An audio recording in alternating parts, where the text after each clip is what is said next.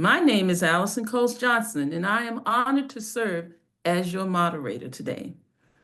We are thrilled to have you join us on Zoom for the presentation of Mapping Information Ecology, Understanding the Fragmentation of Disability Service Information.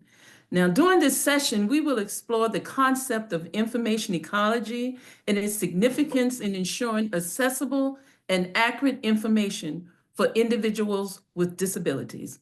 Dr. Lee will guide us through Virginia's information ecologies, providing insights into their current state and the challenges that they pose to people seeking important and helpful information. Additionally, Dr. Lee will present findings and share additional recommendations for agencies and organizations to enhance information access for all. Now, before we dive into our important topic, here are a few housekeeping notes. First of all, this webinar is being recorded, and you are encouraged to submit your questions via the chat at any time during the session. At the end of the presentation, we will address your questions, grouping similar ones together to ensure a thorough discussion. So now let us begin with Terry Morgan. Terry is the Executive Director of the Virginia Board for People with Disabilities, and she will provide an overview of the board's efforts to improve information access and lay the foundation for today's discussion. Terry, over to you. Thank you so much, Allison. I want to thank all of you who are joining us today to talk about Virginia's information ecology of the disability services system. And before we dig into that, just a little bit about the board. The Virginia Board for People with Disabilities serves as Virginia's Federal Developmental Disabilities Council. And we receive our authority under the Federal Developmental Disabilities Assistance and Bill of Rights Act. And that act, that piece of federal law, requires every state and U.S. territory to have a DD council. So there are 56 DD councils, and the Virginia Board for People with Disabilities is Virginia's DD Council. And our work is guided by our federal state plan priorities. And I'm going to talk just a little bit about that. If we could go to the next slide, please. So every 5 years, the Virginia Board develops a state plan. And that state plan is developed with public input. We do a survey, we do a series of public information forums to understand what the challenges and barriers are for people with disabilities and their family members. And through that process, when we developed our current state plan, one of the things that we heard about most were the challenges that people with disabilities and family members have really understanding the disability services system, finding accurate and reliable information about services. And this isn't a new problem. It's something that's occurred for many years. And the difficulty really has an impact on people's lives, a significant impact. And they're really compounded by a complex system that's fragmented, that has multiple information sources, and sometimes that information is different. And the result of that is that people with disabilities and families experience a significant amount of stress, anxiety, and frustration when trying to learn about the system, learn about services, learn about eligibility, learn about resources and providers. It's really stressful. So the Virginia Board for People with Disabilities really wanted to tackle this issue.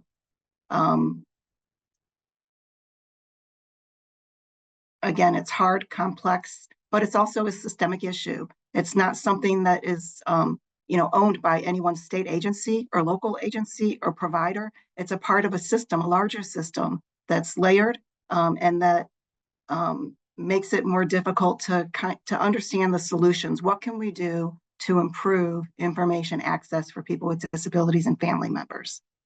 Next slide, please. So when we were looking at how the board can have a positive impact in ensuring that people with disabilities and families have access to accurate, reliable, accessible information, we decided to use a human-centered design approach. And what that problem-solving framework focuses on is understanding the experience of customers, of people who use disability services information.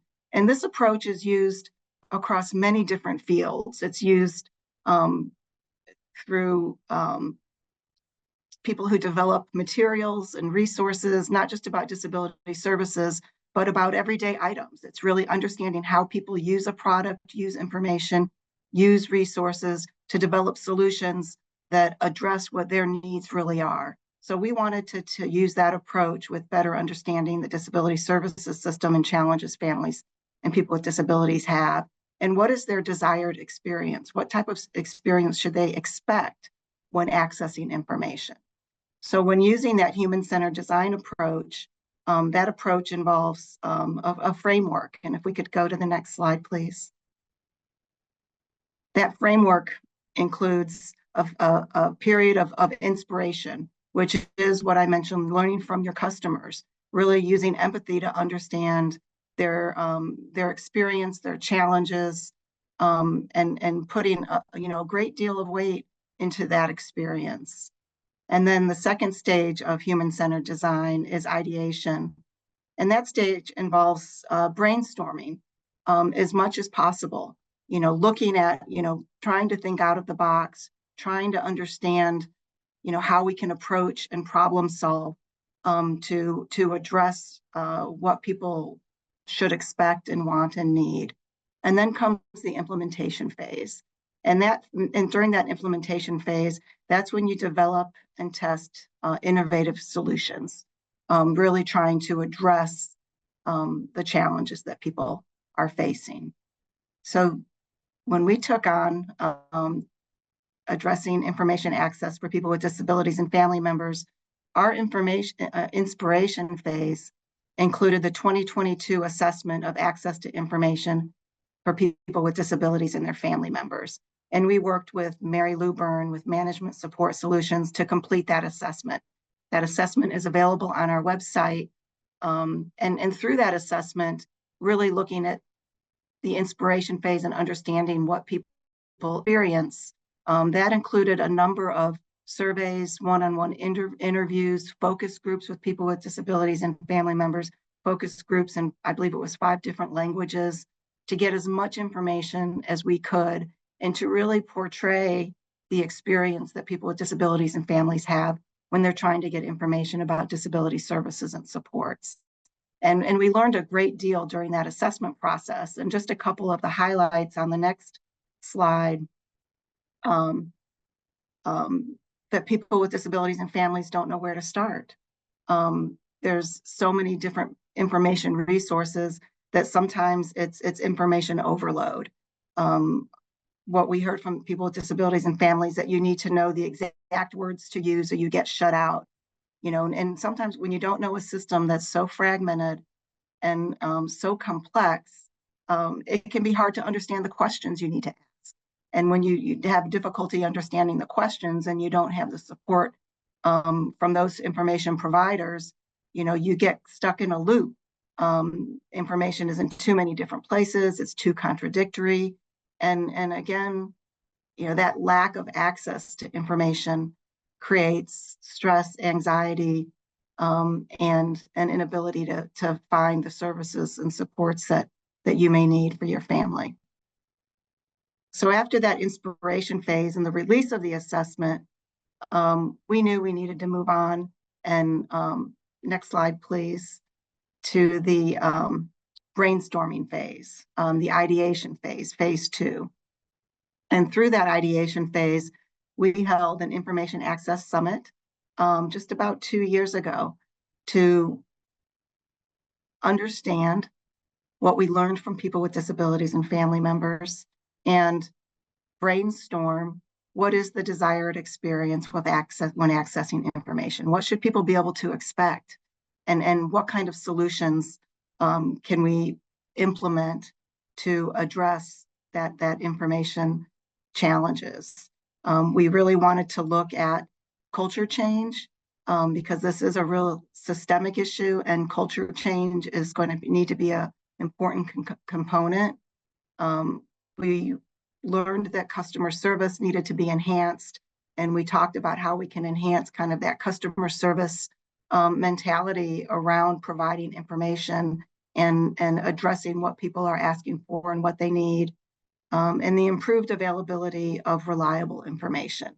And one of the important aspects of this summit is we really listened to people and their stories and their experiences, and that helped drive us to not only better understanding, but coming up with innovative, creative solutions. Next slide, please. So for the implementation phase, the Virginia Board for People with Disabilities, along with a stakeholder group and a number of allies and partners, launched the Information Access Champion Initiative. And you, again, can learn more about this on our website. But an Information Access Champion is an agency or organization that pledges to make information as inclusive and as accessible as possible. And they agree to evaluate and improve their information accessibility in collaboration with the disability community. And why we went in this direction, through our assessment, through the summit, it just became increasingly clear that information access is a systemic issue that involves multiple organizations, multiple entities. And what we needed to do first was raise awareness about the problem, to get acknowledgement from state agencies, local agencies, provider organizations that this problem exists, and to develop a commitment to do better. And that's what Information Access Champions is intending to do. Acknowledgement, commitment to do better, to make real, lasting, sustainable change across the system. So that's an implementation activity that we're currently, really pushing, but we recognize that we still needed to do more. And we needed to go back to that first phase of human-centered design and the inspiration phase.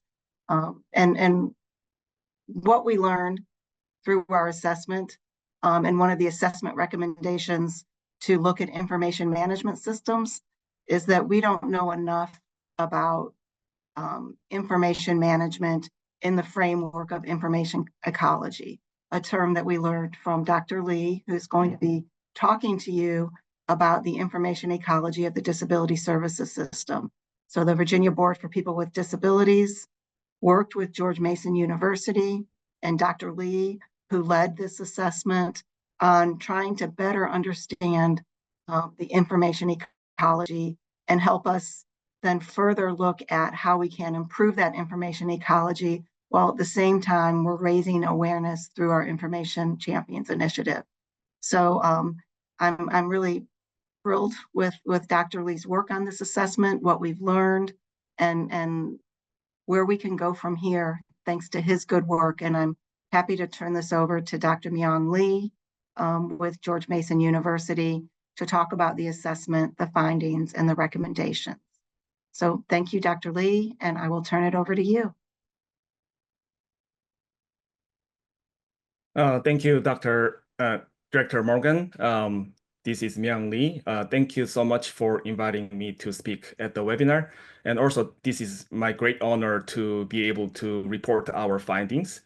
This project has been supported by the Virginia Board for People with Disabilities, and also there were many disability-related organizations and people who supported this project. So this is, I think, achievement of all of our community rather than my team. So if you attended the Information Access Summit 2 years ago, I think you are familiar with this story. But let me briefly talk about my story from 2022 as a reminder. So in 2022, September, I got a daughter. She was a preemie baby. And for now, she's happy and healthy, so there's no problem, but she was born as a preemie. She was born like 2 or 3 months earlier than expected. So we were kind of, worried a lot about her. And then one of the problem was that she was not latching well. She was only 4 pounds around that, so she was having hard time latching properly. So we were worried about her her feeding, right? So we desperately needed to find a lactation consultant. I didn't know about these experts, but lactation consultants are breastfeeding experts who can help with those latching issues. So as user, I first started Googling to find the lactation consultants. And then the results was bad. There were a lot of people listed on the Google search, but many of them didn't accept my insurance. Second, I called my insurance company because they are maintaining their own databases, right?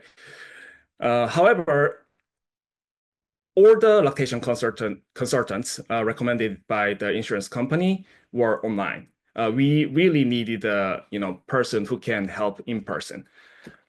So that didn't work. And third, I Googled on the Google Maps to find the lactation consultants who are nearby my neighborhood. And then there were a couple of showing up on the map, but they were also not accepting my insurance. So I skipped this option, and then I moved to the fourth option, which I called to a children's hospital nearby me.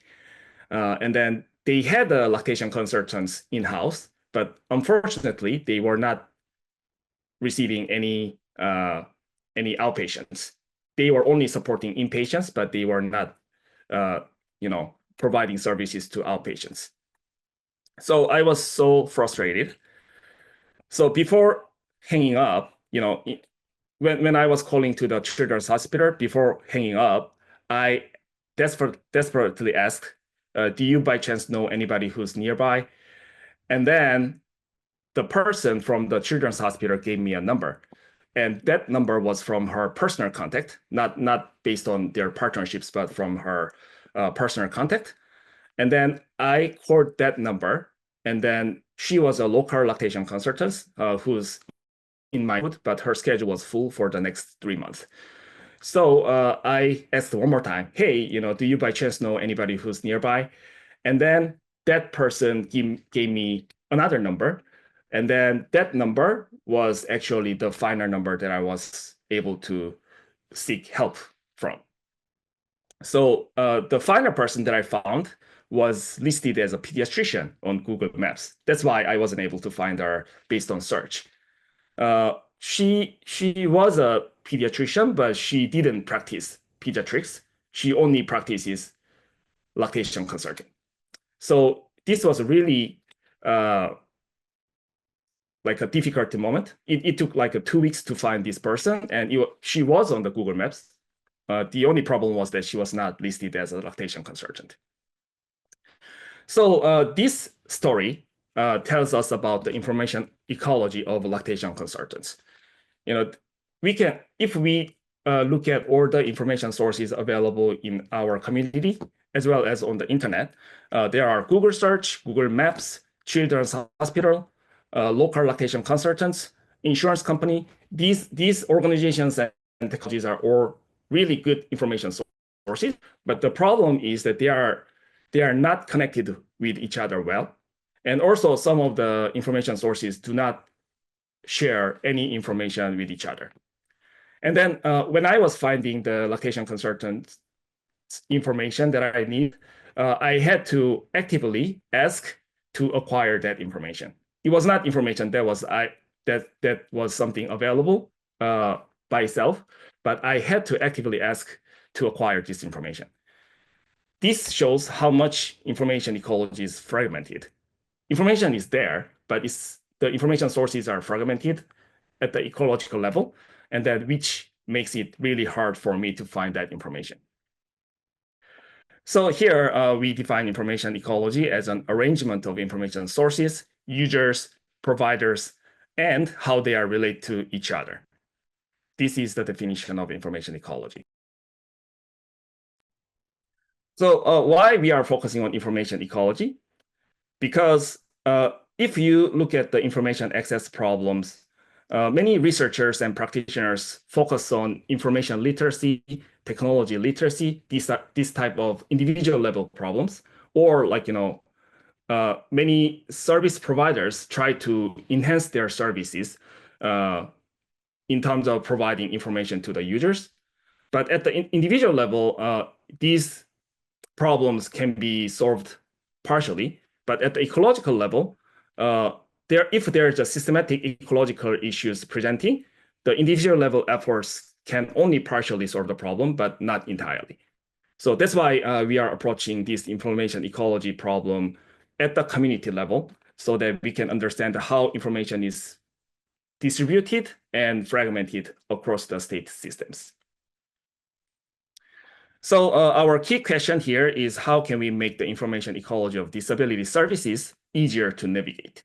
That's our key question. And we can answer that question by understanding providers' management of information, and also number two, ecological issues in disability information. We need to understand these problems first, and then we can think about the strategies and potential solutions. So the goal of the project was first to understand disability service providers' challenges. Disability providers are the key people who provide information to the people with disabilities and their family members. So we need to understand their challenges in managing and providing disability information. And the second, understand the ecological issues in Virginia's disability system. And then once we do that, then it becomes possible to think about statewide and system-wide solutions and strategies. So what we did is that we did interviews with the providers. The providers are coming from the state and also local level and private agencies. And then we did the surveys for both providers and users. And finally, we did some network analysis of information sources using the survey data. So let me quickly talk about interviews with providers. We conducted interviews to understand the providers' challenges in providing disability information.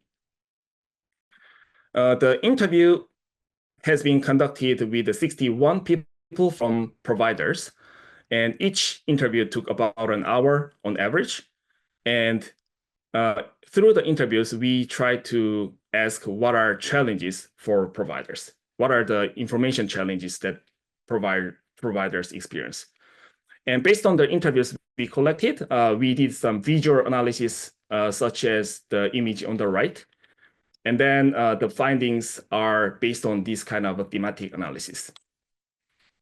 The locations of the interviewees agencies are coming from all over the Virginia. Of course, many state agencies in around the Richmond area, so there are more organizations in Richmond. But also we interviewed people from agencies from rural areas of Virginia and also Northern Virginia as well.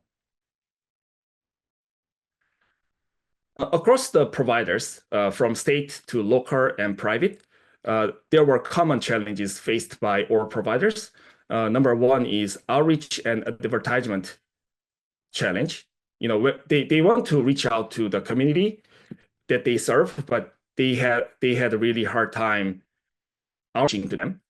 And also the second is that information customization challenge. There are all different kinds of people who speak different languages, and also the format of the information matters, especially when it comes to people with hearing difficulties and vision difficulties. Format matters, and also jargons has been the source of information challenges in providing information to the users. The third one is the technology management and other issues.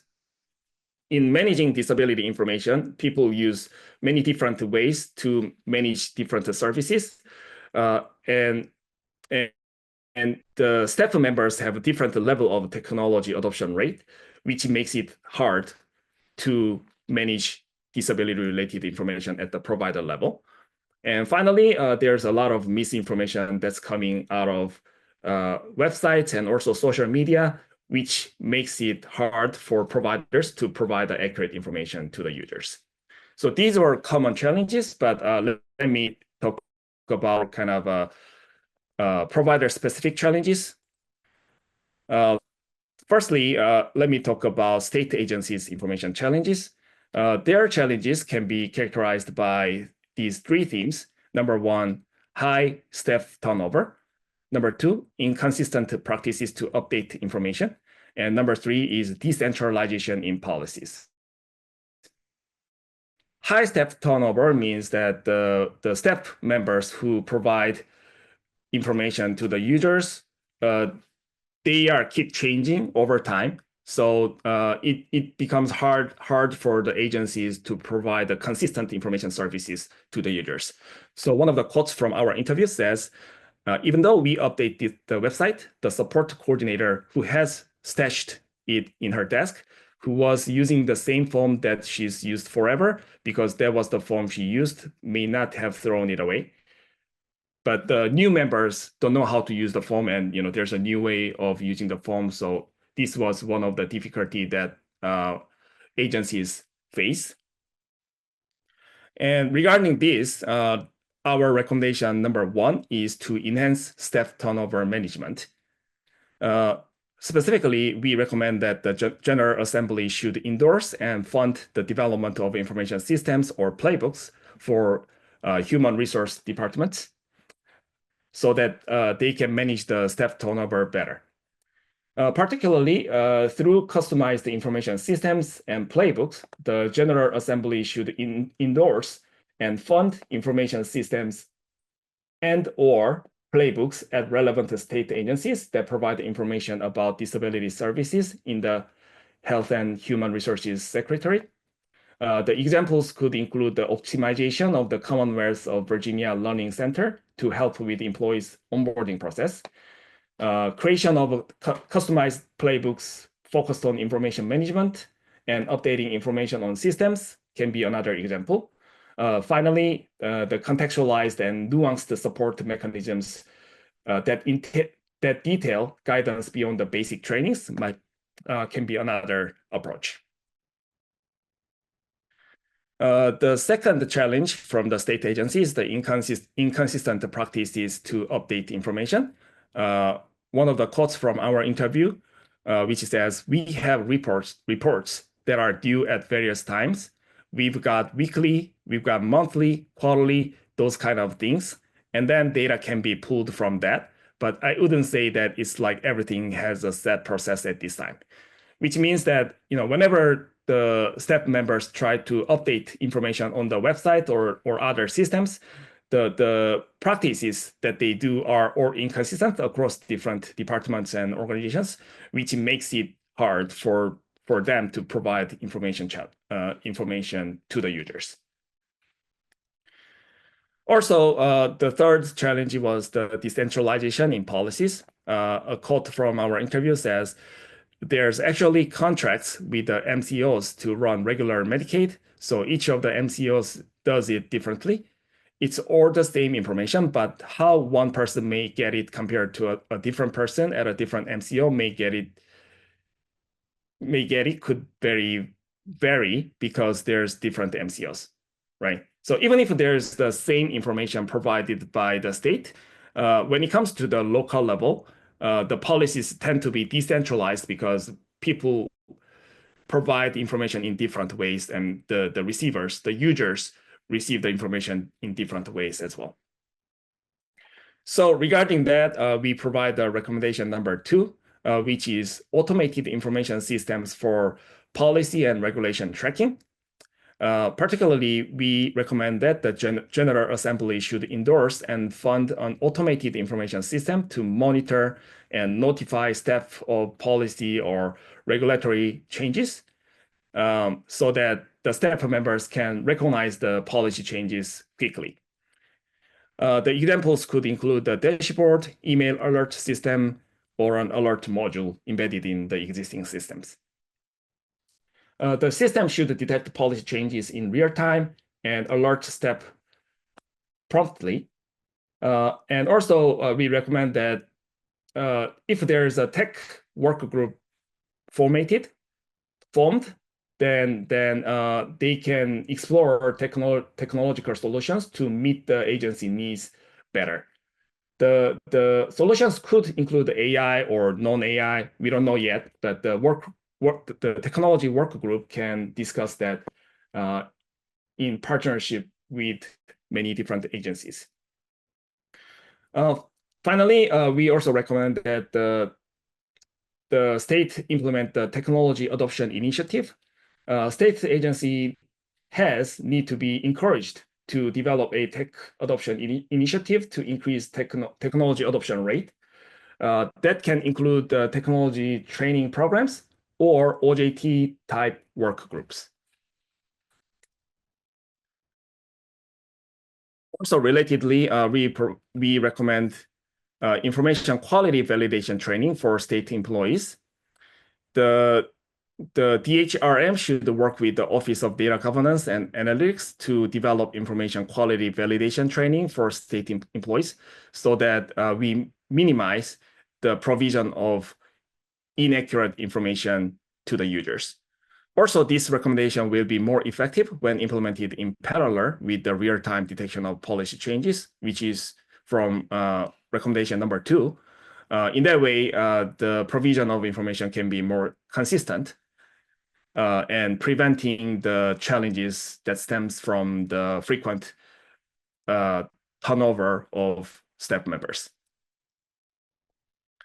The next finding is about local agencies challenges. When I say local agency, they are mostly community service boards, CSBs. Here, we found the 2 CSB-specific challenges that include the emotional work and crossing country-state lines, and also their high reliance on personal networks. Let me talk about the first one. The emotional work and crossing county-state lines includes providing services to people coming from other states or counties. A quote from our interview says, "We have the city of Danville and then Pennsylvania County that we provide the services. Sometimes we will cross lines a little bit. We have these agreements with our neighboring CSBs, and it might be somebody that lives just right across the Pennsylvania County line in another catchment area, but they are closer to us than them.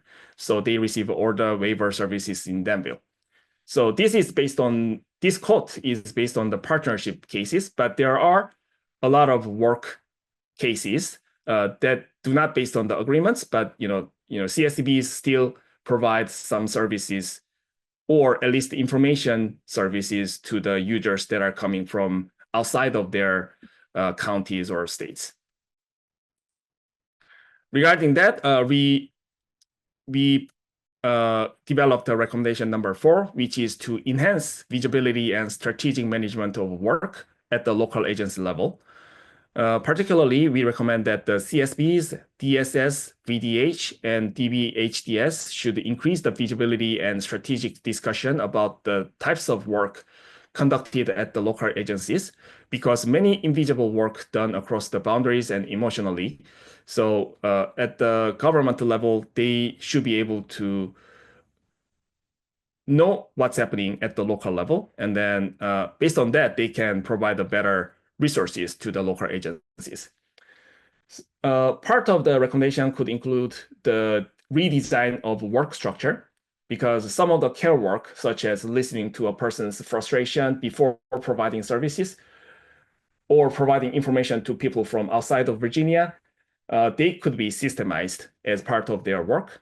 Also, resource allocation can be better managed, because based on the understanding of the variety of work being done at the local agencies, the state agencies and CSBs can more strategically allocate resources to support both care work and defined work for the staff members. And then the other challenge from CSB was high reliance on personal networks. One of the quotes says, "We don't have any formal connections in any way with people. We are not a partner of anybody specifically. We do interact with a lot of those folks," which means that many local agencies providers, they rely on personal networks to provide information to the users, partially because they don't have formal connections or they have limited resources to connect with the formal resources. So our recommendation 5 is dedicated information staff. Particularly, we recommend that the General Assembly should fund the establishment of dedicated personnel at the DBHDS and the DMAS for providing standardized interpretation of Medicaid and other disability service related policies to the local agencies. And then once this is implemented, then the local agencies may have a better understanding and information network to correctly provide the information, not just relying on the personal networks, but also relying on formal sources that are better provided to the local agencies. Recommendation number 6 is that even though the personal networks could be inconsistent, they also have benefits and strengths. So our recommendation number 6 is to leverage staff knowledge and networks to provide the better information to the users. Particularly, we recommend that the DBHDS should support the establishment of a monthly forum or ongoing chat room in which support coordinators can share best practices, raise concerns, and answer any common questions so that they can share their local knowledge and personal networks with other agencies and other local agencies. So that's our recommendation number 6. And this will allow local agencies to share their key networks of information providers for other agencies. Finally, these findings are about non-government agencies. Non-government agencies are facing information challenges such as role as information brokers and trust building to reduce stigma. These are specific to non-government agencies, and particularly when it comes to the information broker's role. One quote says, "We also just get a lot of general phone calls because we are the partnership for people with disabilities, and people just call with random questions about how do I have a family member with a disability that's moving to Virginia? What do I do?" I mean, pretty much everything is about I need help in one way or another. Which means that even if certain information is not up to that agency, the non-government agencies often provide information that are general, that are not specific to their agencies, but that are general questions that the people with disabilities and their family members may have. So that's why we call this role as information broker role, because they need to provide the information that's not coming out of their agency, but they need to figure out from somewhere else. Regarding that, we provide a recommendation number 7, which is to enhance Virginia's no wrong door system for improved disability-related information access, to better support the providers and payers of disability-related information by implementing a single validation tool for advanced information systems. Without doing this, the non-government agencies still need to seek information from other agencies and other websites to provide the general information to the information users. So our recommendation is that, let's make one system that can validate key information so that the non-government agencies providers can look it up. It's more kind of a one-stop shop so that they can validate information without having to navigate all different kinds of systems. This will streamline access by encouraging providers to update their service information through a standardized channel. And also this will enable cross-sharing of data, populating multiple resource databases to enhance the accuracy and reliability of information. Also, if this can be developed as a centralized repository, then it will consist of various statewide resource databases to support information brokering work among providers. The final challenge by non-government agency is the trust building problem to reduce stigma.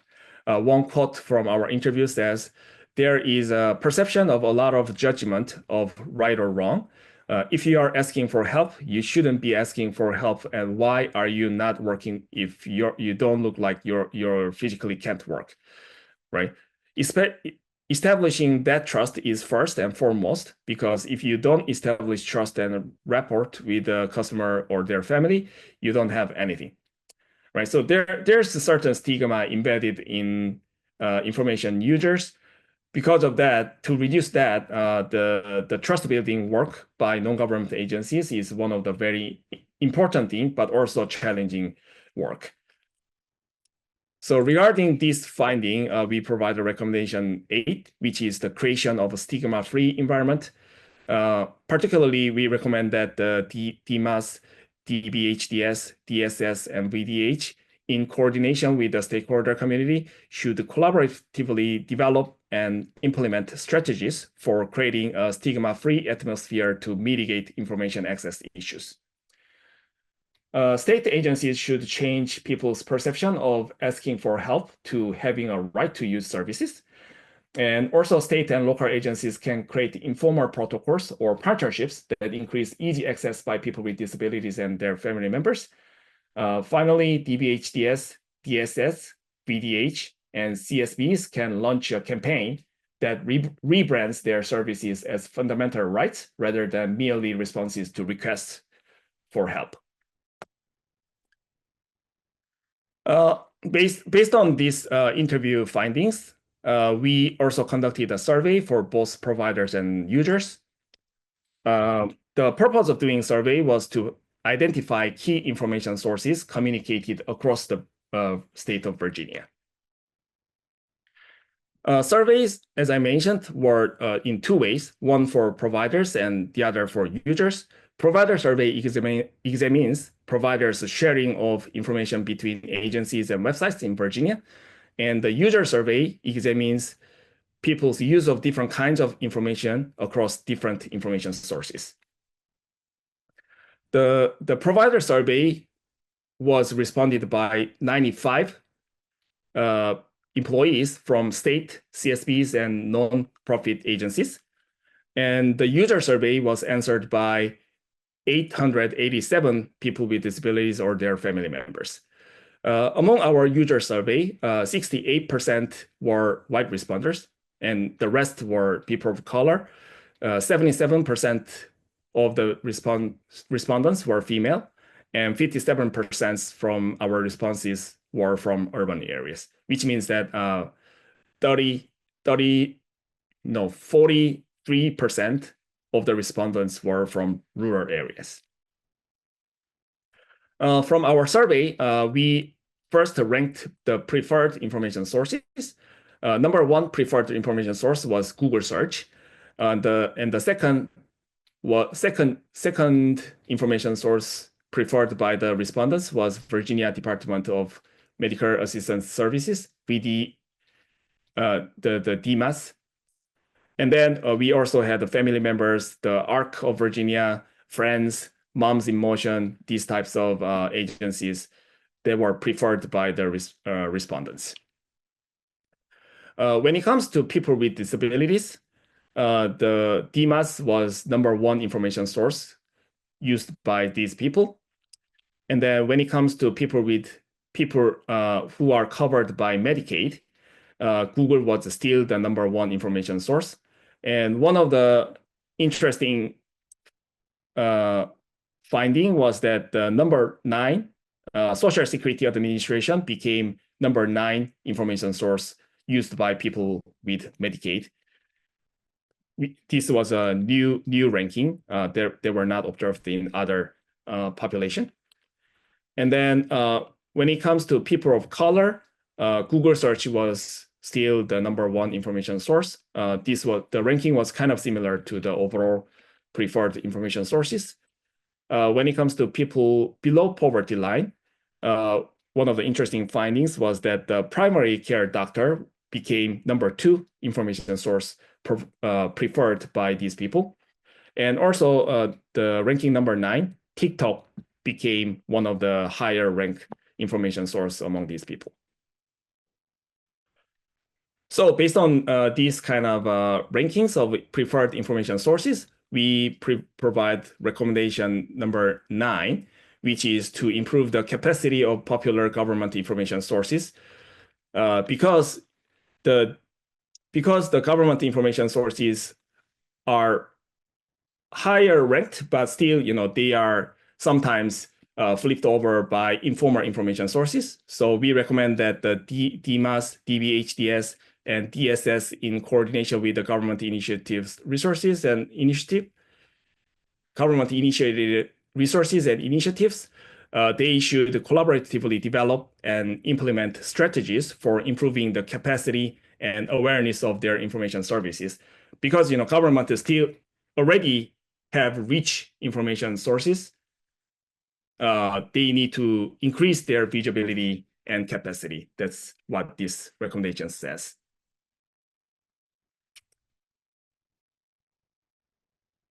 Yeah, Ms. Cort Johnson, do you have anything? Oh, no. Oh, okay. And then relatedly, we have recommendation number 10, which is to increase the monitoring of quality information. Because users acquire disability service information through Google searches and social media a lot, DBHDS and DMAS should take proactive action and increase monitoring of information provided by these sources to mitigate misinformation or any conflicting information among these sources. Increased monitoring means that DBHDS and DMAS could create an information audit program, such as information staff member or automated information systems to monitor different kinds of information. Also, proactive actions could include that, for example, DBHDS and DMAS can create information literacy programs, such as use cases and educational videos to help information users navigate through different kinds of information outside of the government information sources. Finally, based on the survey responses, we did some network analysis of information sources. The reason for why we did this is to understand the ecological issues in the disability information in Virginia. First, we generated the providers' information networks based on the survey questions. In the survey, we asked to each provider about where do you receive information from. We ask these kind of questions, and based on these questions, we generated this network. Here, dots mean information sources mentioned by respondents, and lines means when responders says they use information from specific agencies, we drew the lines, right? So these lines shows the flow of information across the disability providers. Based on this network, we ranked the bridging roles, using other sources and used by others types of ranking. So if you look at the table, there are 3 different rankings. The first one is how much an agency is playing a role as a bridge between different agencies. The second column is about using other sources, which means that how much one agency is using information from others.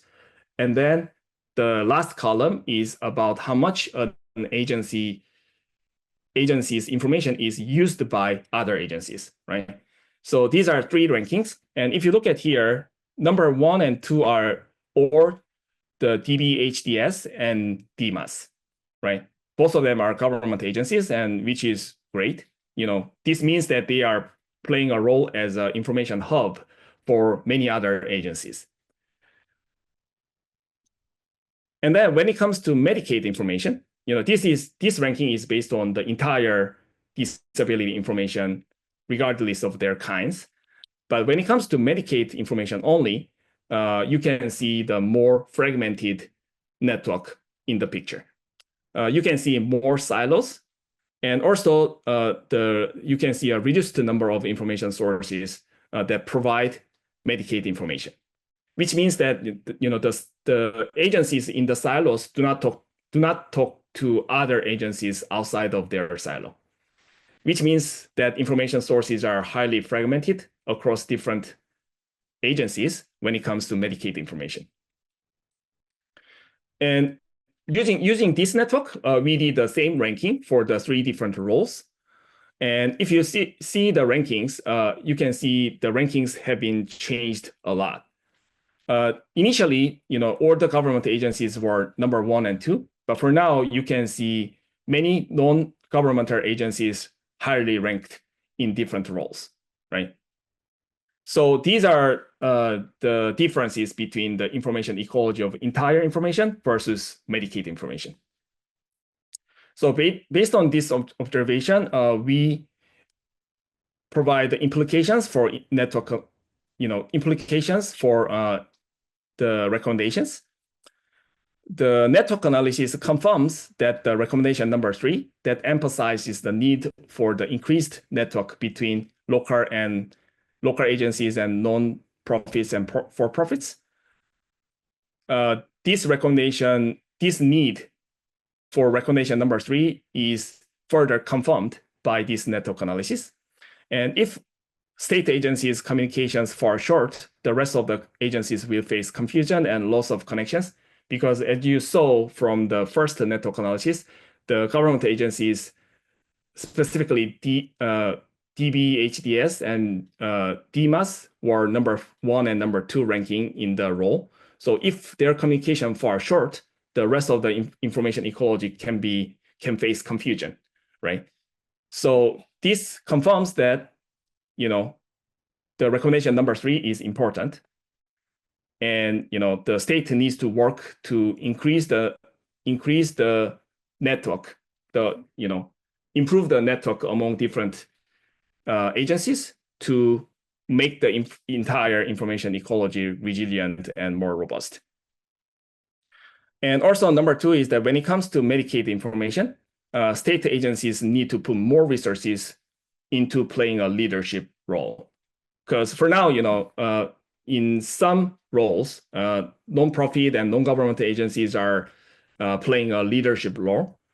But because state agencies need to be the information hub for all different kinds of information, including Medicaid. So when it comes to Medicaid information, they need to put some more resources, and they need to do some more campaign to playing a leadership role in the information ecology. Also, this confirms our recommendation number 4 and number 5 that focused on outreach and campaign. And another benefit of making this information network is that it becomes possible to measure information fragmentation rate. For each information network, it is possible to measure how much the network is centralized or how much network is fragmented. And using some network analysis measures, it is possible to come up with some scores, right? This is another benefit because we can measure the health of information ecology. The implications of this is that by making use of the information fragmentation rate as scores, it becomes possible to monitor the information ecological health over time, which directly affects people's information access. And also, it becomes possible to compare the ecological status between different kinds of information. For example, Medicaid-related information ecology versus policy information. What are the fragmentation rate? This kind of thing. We can numerically compare between different information ecologies so that we can better understand how we can design the information strategies to make this fragmentation less.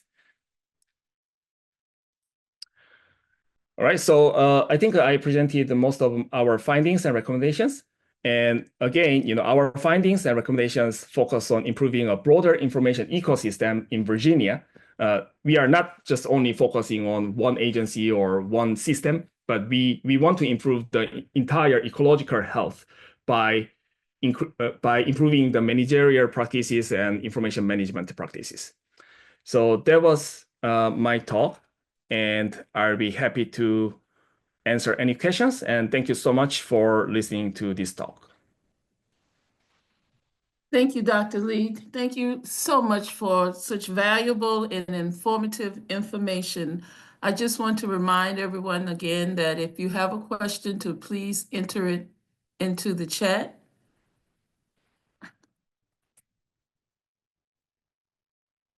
While we're waiting, I just want to again thank Dr. Lee for his presentation. I do have some questions that we've had come along the way. And one was, did you interview any rural organizations that serve in particular communities of color?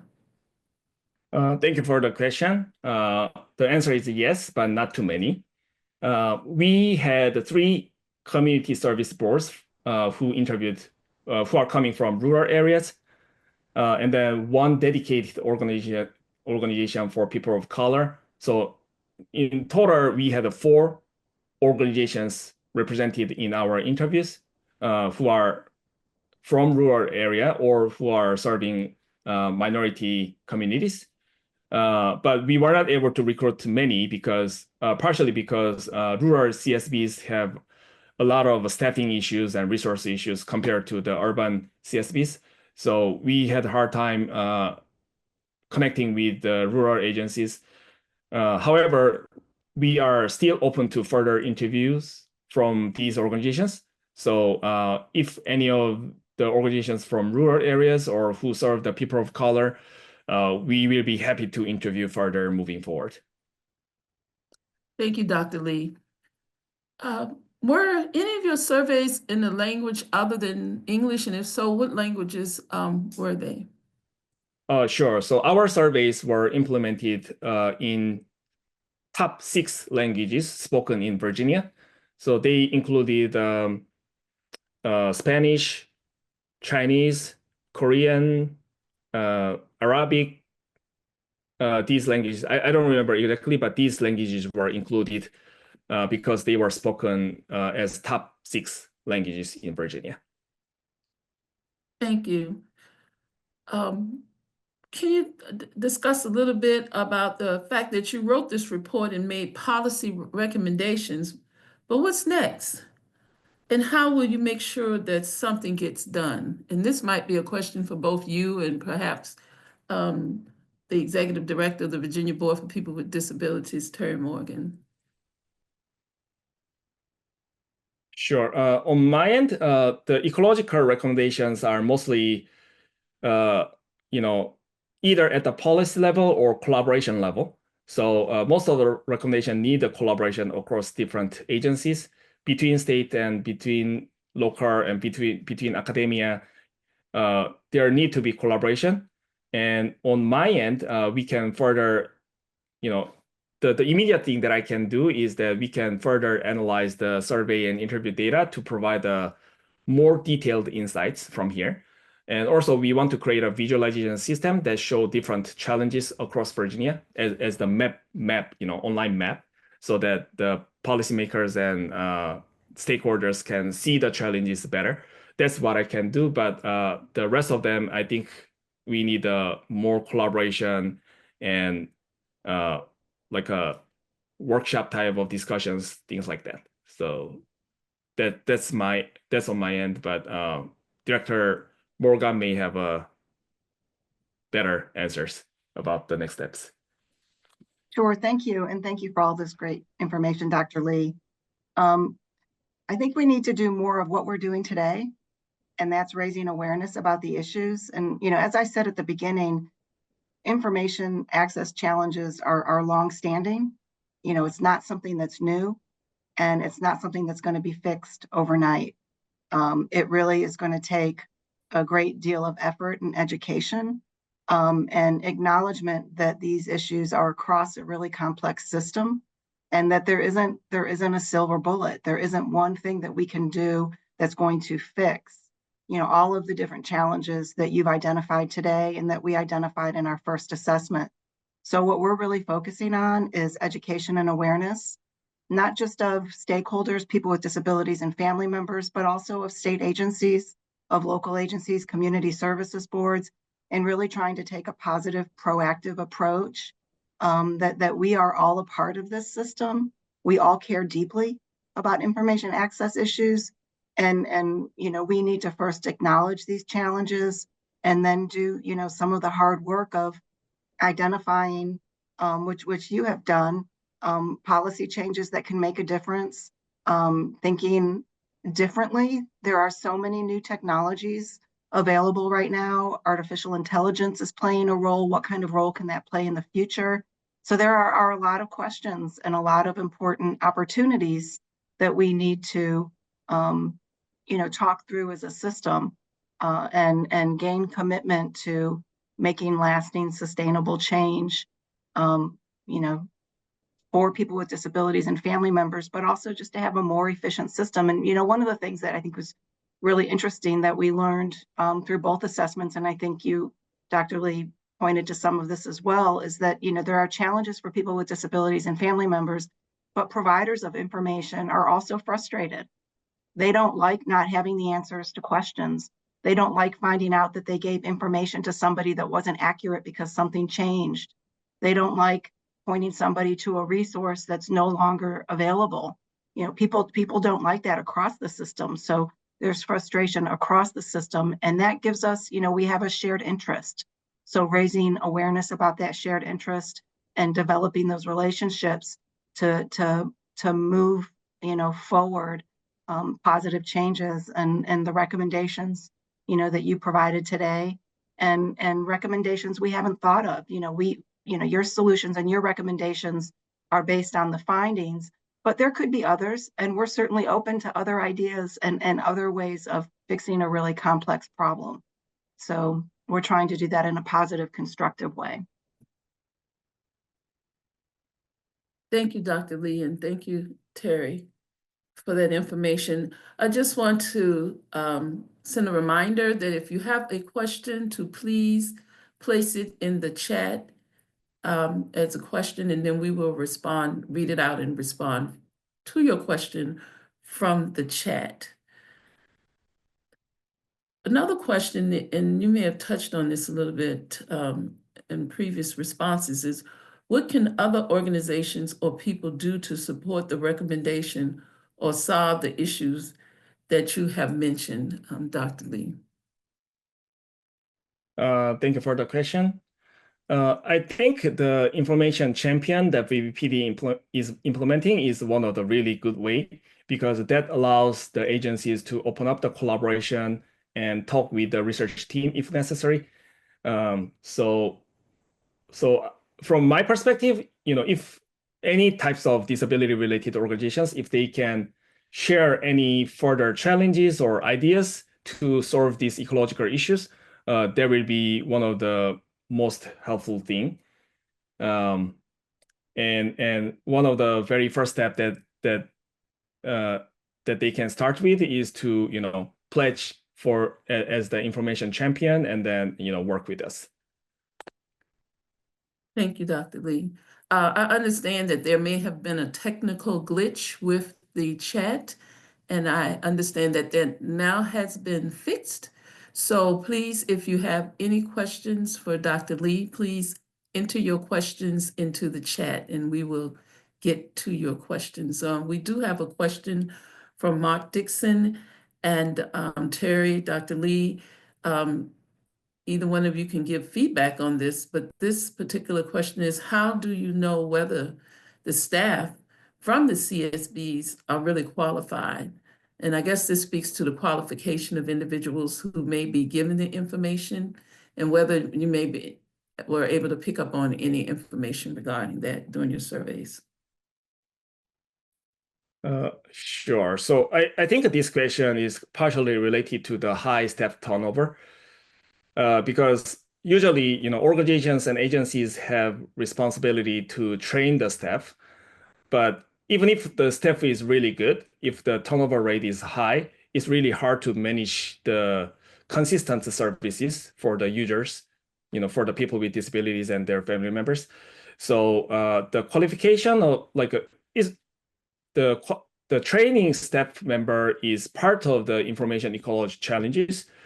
And this is something that we need to address together, because from my perspective, the qualification of the staff and the high turnover rate problem, these are similar problems. These are all consistent management challenges.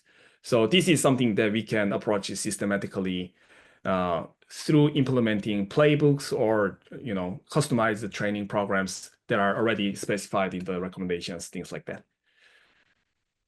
I don't know whether I answered your question.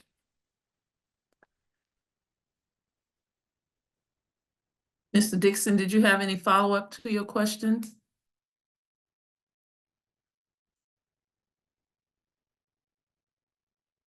I have a question. This might be a hard one to answer, but which recommendation do you think is the most important?